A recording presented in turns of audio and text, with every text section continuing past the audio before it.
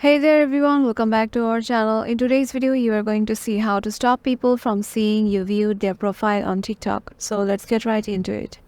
Head over to your TikTok application. Once you are there, head over to your profile by clicking on the profile icon on the lower right corner. And then just tap on the footstep option on the upper right corner. And here, this is the thing that will make your profile view history will appear here, and only you can see who viewed your profile in past 30 days. So go to the settings option on the upper right corner here, and then just turn it off. By turning it off, you can not only just turn off the history or profile view history of your own, you can also just turn off the if you see someone else's profile and they won't be see you at that time as you have turned this off. So yeah, this is how you can do it. Hope this video will help you out, and we will see you in the next one.